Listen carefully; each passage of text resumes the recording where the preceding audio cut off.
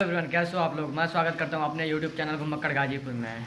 और आपको बता के बहुत खुशी होगी, विवेक सिंह और विशाल सिंह में जो कंट्रोवर्सी हुई थी उसमें विवेक सिंह जो है वो बुलाया था बनारस जेएसबी मॉल में, जो भोजूपुर में पड़ता है, भोजूपुर साइड, वहाँ बुलाया था। विशाल सिंह जो थे वो थे, मतलब बहुत दूर से जयपुर थे, तो तुरंत फ़्लाइट लिए और तुरंत आए। थोड़ा लेट हो गया, 4 बजे का समय दिया था विवेक सिंह। पर विवेक सिंह को विशाल सिंह के समर्थक माना जाए या पवन सिंह के फ़ैन माना जाए, इतना तगड़ा रैली जेएचपी मॉल में कि भाई रो रो के माफ़ी मांग रहा था। रोआ तो नहीं पर माफ़ी मांग रहा था कि भाई हो, कंट्रोवर्सी होता रहता है, आप गाली दिए हो, ये बात वो बात। और जानते हैं, डर के मारे वो पुलिस बुला लिया था। इतना डरा हुआ था विशाल सिंह से कि वो पुलिस बुला लिया था।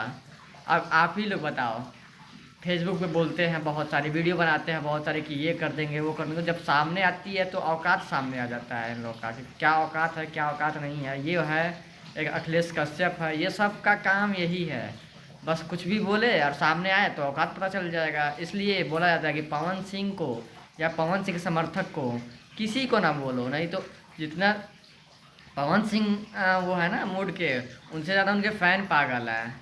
अगर अपने पे आ गए ना तो ऐसा रह लेंगे कि पता नहीं चलेगा कि आप कहाँ गए हैं और कहाँ नहीं गए हैं। इसलिए सावधान रहे, सतर्क रहे, और बनारस में किसी से पंगा मत लीजिए। बनारस वाले खुद ही अपने आप में बम होते हैं, समझिए। समझ में आया तो समझ में, किसी को बुलाइए मत बनारस वालों को।